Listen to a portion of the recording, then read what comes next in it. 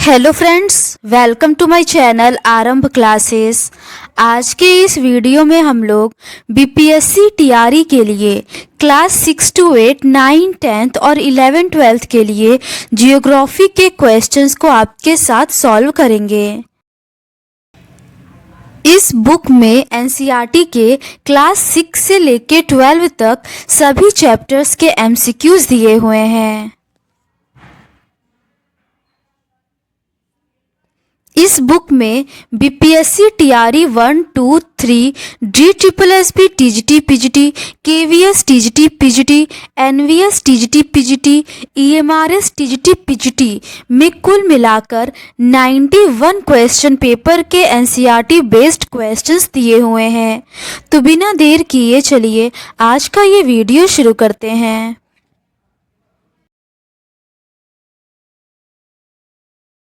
Chapter 5 तक के questions का डिस्कशन हम लोगों ने इस सीरीज़ के प्रीवियस पार्ट में कर लिया है। आज हम लोग मानव भूगोल के मूल सिद्धांत के क्वेश्चंस का डिस्कशन आपके साथ करेंगे। फर्स्ट क्वेश्चन है, पुस्तक प्रिंसिपल्स ऑफ ह्यूमन जियोग्राफी किसने लिखी? इसका सही आंसर है ऑप्शन बी, ई हंटिंगटन।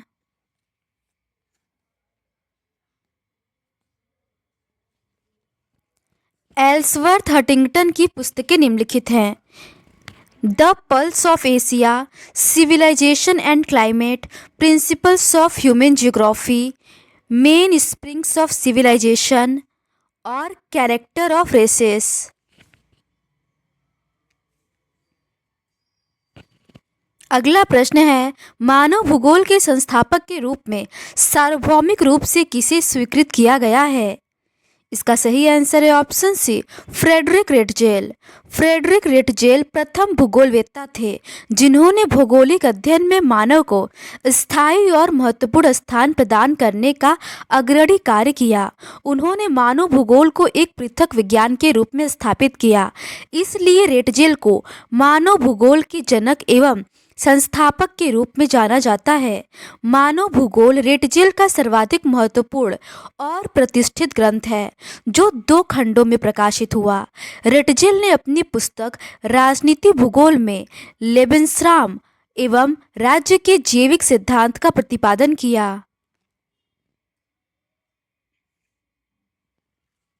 अगला प्रश्न है, मानव भूगोल का जनक कौन है? इसका सही आंसर है ऑप्शन बी, रेटजेल।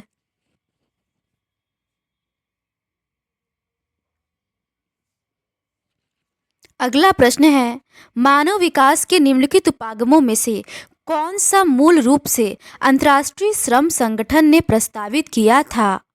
इसका सही आंसर है ऑप्शन सी, आधारभूत आवश्यकता उपागम। मानव विकास के आधारभूत आवश्यकता उपागम को मूल रूप से अंतर्राष्ट्रीय श्रम संगठन ने प्रस्तावित किया था। इसमें 6 न्यूनतम आवश्यकताओं जैसे स्वास्थ्य, शिक्षा, भोजन, जलापूर्ति, स्वच्छता और आवास की पहचान की गई थी। इसमें मानव विकल्पों में प्रश्न की उपेक्षा की गई है और परिभाषित वर्गों की मूलभूत आवश्यकताओं की व्याख्या पर जोर दिया गया है। मानव विकास के कुछ महत्वपूर्ण उपागम हैं: आय उपागम, कल्याण उपागम, आधारभूत आवश्यकता उपागम, क्षमता उपागम। क्षमता उपागम का संबंध प्रोफेसर अमर्त्य सेन से है। संसाधनों तक पहुंच के क्षेत्रों में मानव क्षमताओं का निर्माण बढ़ते मानव विकास की कुंजी है। अगला प्रश्न है, मानव विकास के निम्नलिखित उपागमों में से किसके साथ अंतर्राष्ट्रीय श्रम संगठन संबंधित है? इसका सही आंसर है ऑप्शन ए, आधारभूत आवश्यकता उपागम। अगला प्रश्न है, निम्नलिखित मानव विकास के उपागमों में से किसके साथ अमर्त्य सेन का नाम जुड़ा है? इसका सही आंसर है ऑप्शन सी, क्षमता उपागम।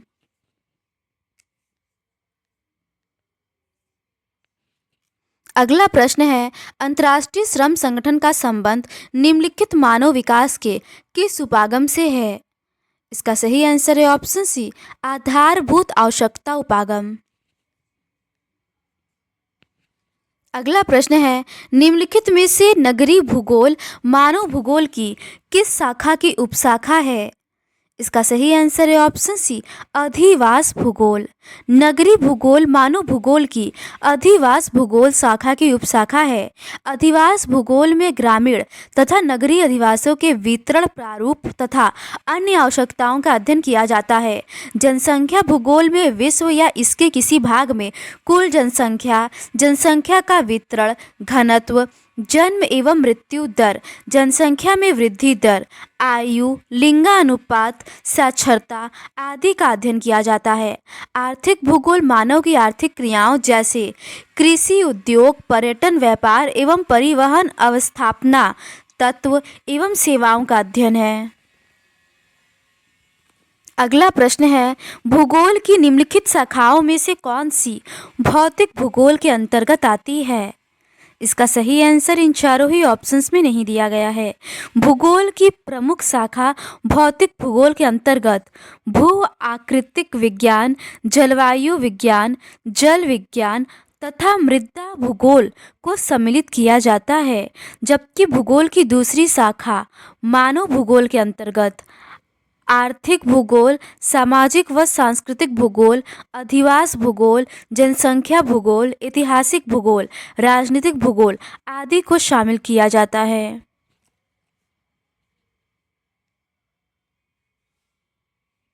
अगला प्रश्न है, भूगोल की किस शाखा का संबंध जनसंख्या, प्रवास और शहरीकरण के अध्ययन से है?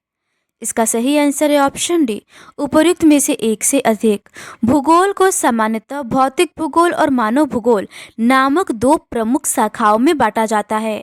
भौतिक भूगोल में पृथ्वी पर पाई जाने वाली भौतिक परिस्थितियों का अध्ययन किया जाता है, जबकि मानव भूगोल मानवीय तथ्यों से संबंधित है। वास्तव में मानव भूगोल का कार्यक्षेत्र बहुत ही विस्तृत है। मानव भूगोल की मुख्य शाखाएं निम्नलिखित हैं: जनसंख्या एवं बस्ती भूगोल, आर्थिक भूगोल, सांस्कृतिक एवं सामाजिक भूगोल, ऐतिहासिक भूगोल, राजनीतिक भूगोल। मानव भूगोल की शाखा जनसंख्या भूगोल तथा सामाजिक भूगोल के अंतर्गत विश्व या इसके किसी भाग में कुल जनसंख्या, लिंगानुपात, जनसंख्या का वितरण, घनत्व, जन्म एवं मृत्यु दर, जनसंख्या में वृद्धि दर, आयु, साक्षरता, प्रवास, शहरीकरण तथा व्यावसायिक संरचना आदि का अध्ययन किया जाता है।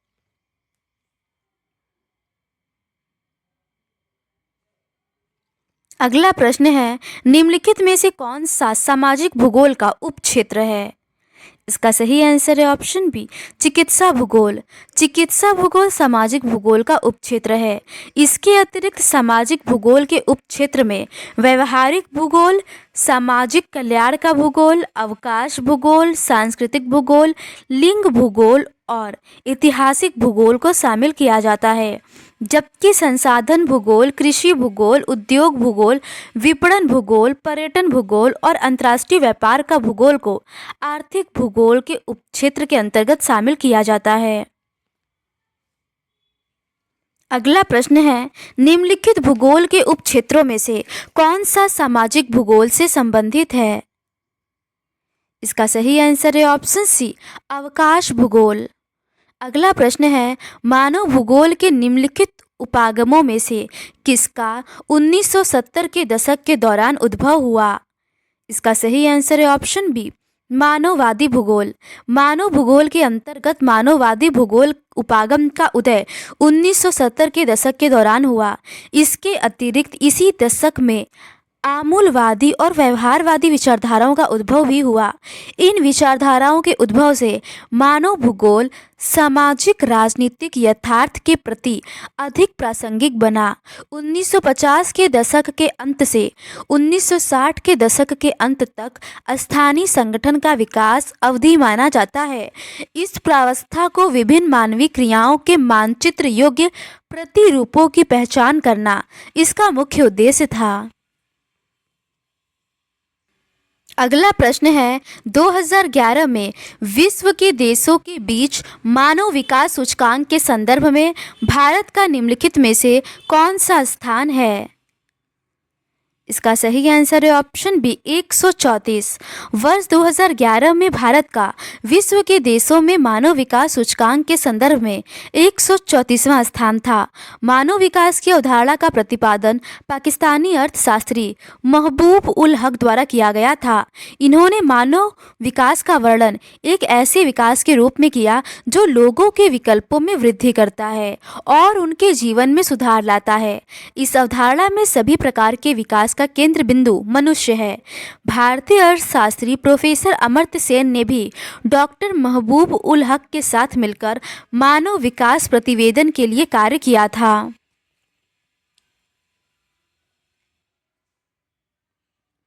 अगला प्रश्न है, निम्नलिखित में से किसने मानव विकास सूचकांक बनाया? इसका सही आंसर है ऑप्शन डी महबूब उल हक ने।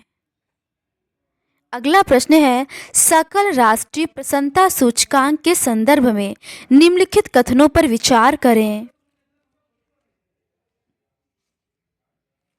इसका सही आंसर है ऑप्शन डी उपर्युक्त में से एक से अधिक।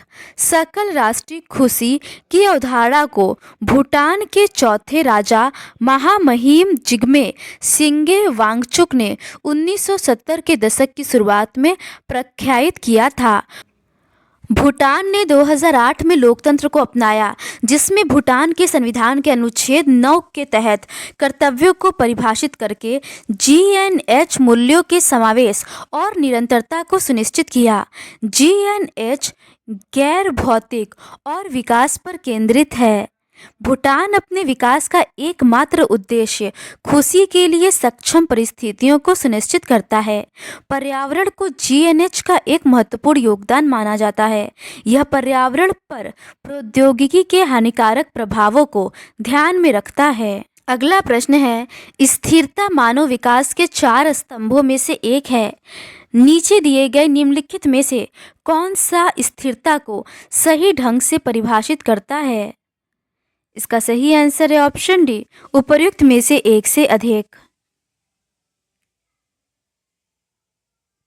मानव विकास के 4 स्तंभ है: समता, सतत पोषणीयता, उत्पादकता और सशक्तिकरण। समता का आशय प्रत्येक व्यक्ति को उपलब्ध अवसरों के लिए समान पहुंच की व्यवस्था है। सतत पोषणीय मानव विकास के लिए आवश्यक है कि प्रत्येक पीढ़ी को समान अवसर मिले। समस्त पर्यावरणीय, वित्तीय एवं मानव संसाधनों का उपयोग भविष्य को ध्यान में रखकर करना चाहिए। यहाँ उत्पादकता का तात्पर्य मानव श्रम उत्पादकता अथवा मानव कार्य के संदर्भ में उत्पादकता है। लोगों की क्षमताओं का निर्माण करके ऐसी उत्पादकता में निरंतर वृद्धि की जानी चाहिए। सशक्तिकरण का अर्थ अपने विकल्प चुनने के लिए शक्ति प्राप्त करना है। ऐसी शक्ति बढ़ती हुई स्वतंत्रता और क्षमता से आती है।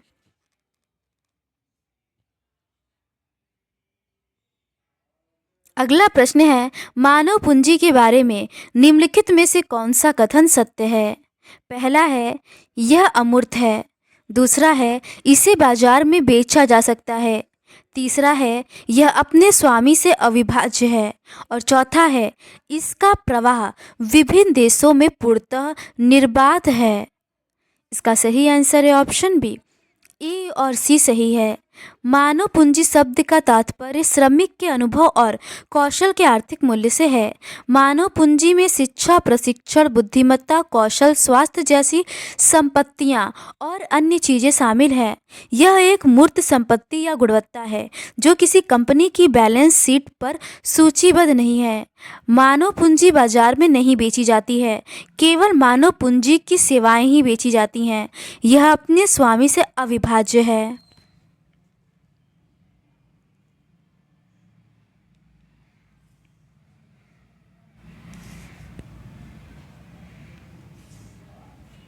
अगला प्रश्न है, निम्नलिखित में से सही कथन का चयन करें। ए है, शहरी क्षेत्रों में प्रचंड बेरोजगारी है। बी है, बेरोजगारी में वृद्धि मंदीग्रस्त अर्थव्यवस्था का एक सूचक है। सी है, श्रम बल जनसंख्या में वे लोग शामिल किए जाते हैं जिनकी उम्र 12 से 59 वर्ष के बीच है। चौथा है, तृतीय क्षेत्रक में जैव प्रौद्योगिकी, सूचना प्रौद्योगिकी आदि सरीदी विभिन्न नई सेवाएं सामने आ रही हैं। इसका सही आंसर है ऑप्शन बी। बी और डी सही है।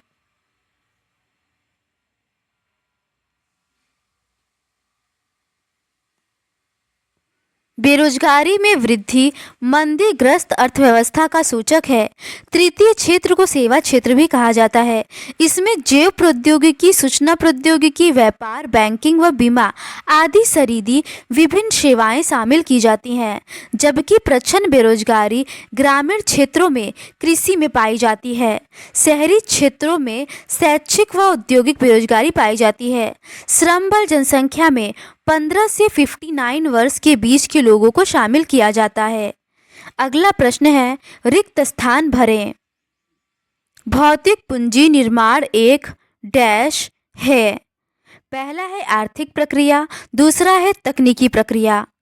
इसका सही आंसर है ऑप्शन डी, ए और बी दोनों। भौतिक पूंजी के निर्माण में अधिकतर आर्थिक और तकनीकी प्रक्रियाएं शामिल होती हैं।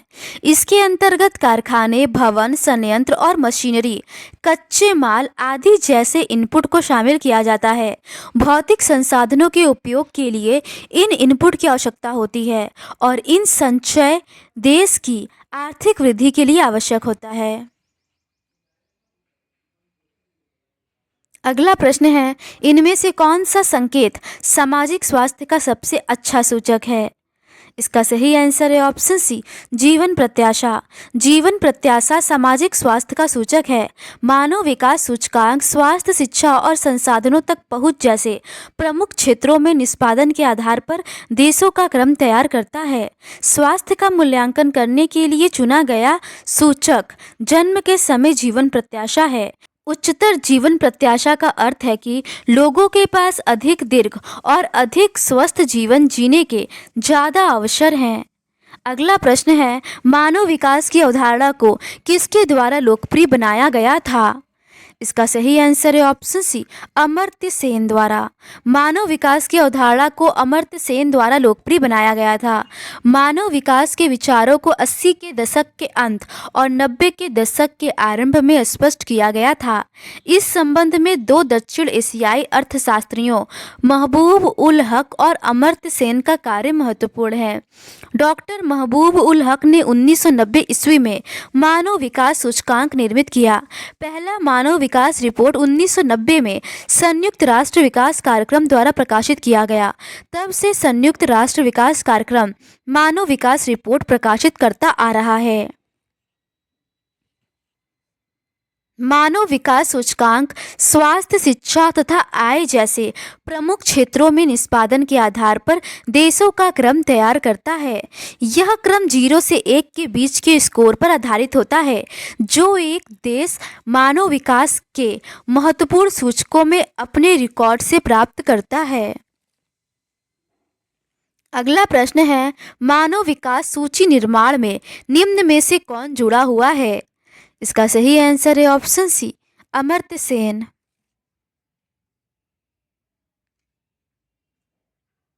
अगला प्रश्न है, निम्नलिखित वर्षों में से कब से संयुक्त राष्ट्र विकास कार्यक्रम मानव विकास रिपोर्ट प्रकाशित करता आ रहा है?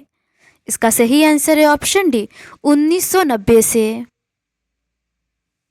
अगला प्रश्न है, पहला मानव विकास रिपोर्ट निम्नलिखित वर्षों में से किसमें संयुक्त राष्ट्र विकास कार्यक्रम द्वारा प्रकाशित किया गया? इसका सही आंसर है ऑप्शन सी, 1990। अगला प्रश्न है, मानव विकास सूचकांक मानव विकास के 3 बुनियादी घटकों का एक सम्मिश्रण है। निम्नलिखित में से कौन सा वह घटक नहीं है? पहला है जीवन स्तर, दूसरा है ज्ञान। इसका सही आंसर है ऑप्शन बी, ना ही एक ना ही दो। मानव विकास सूचकांक मानव विकास के 3 बुनियादी घटकों का सम्मिश्रण है, जिसमें जीवन स्तर एवं ज्ञान घटक न होकर एक पक्ष हैं। 1990 में यूएनडीपी से जुड़े अर्थशास्त्री महबूब उल हक तथा अमर्त्य सेन ने मानव विकास सूचकांक को विकसित किया। एचडीआई के 3 बुनियादी घटकों में शामिल हैं दीर्घ एवं स्वस्थ जीवन, शिक्षा और जीवन निर्वाह स्तर।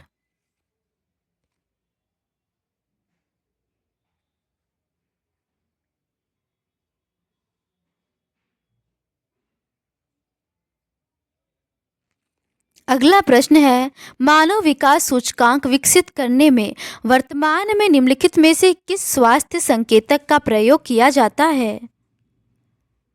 इसका सही आंसर है ऑप्शन सी, जन्म के समय जीवन प्रत्याशा। अगला प्रश्न है, 2015 की जनसंख्या संभावनाओं के अनुसार विश्व में मानव जीवन प्रत्याशा कितनी है?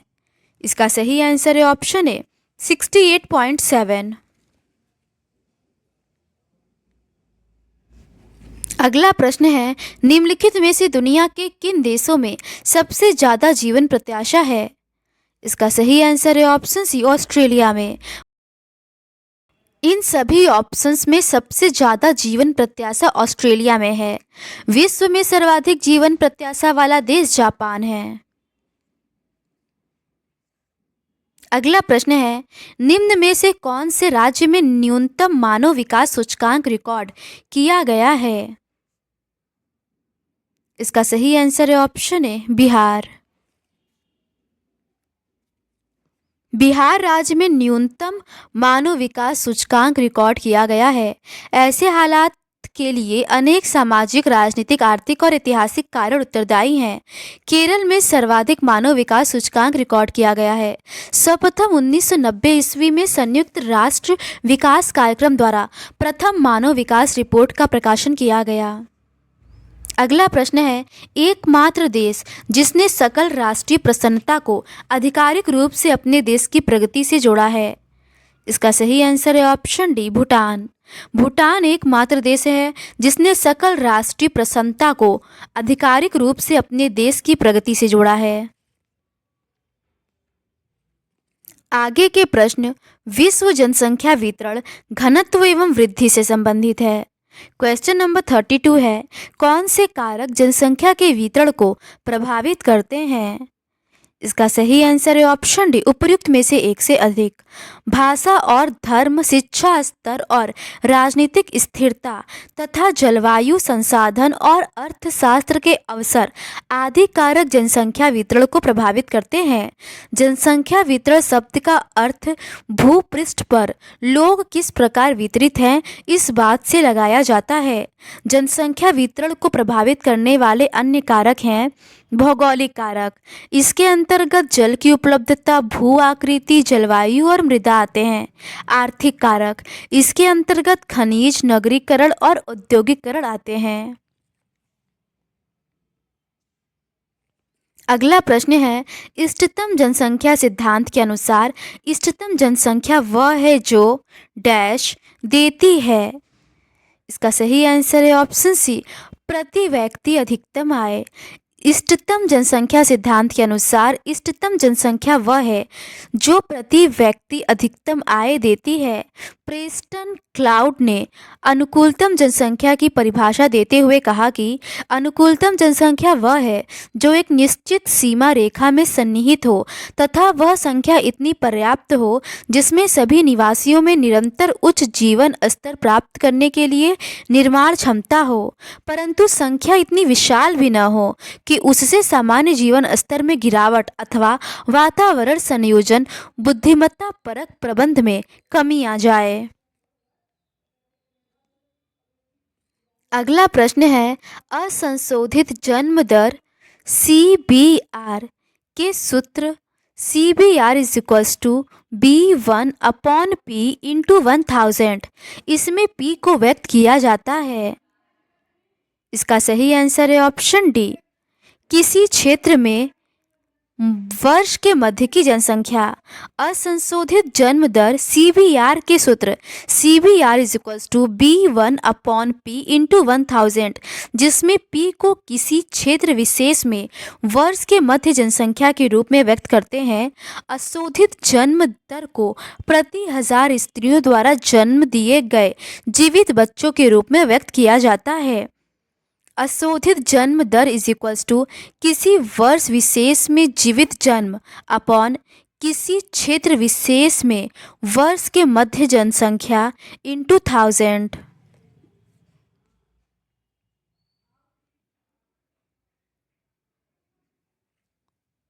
तो आज के इस वीडियो में बस इतना ही।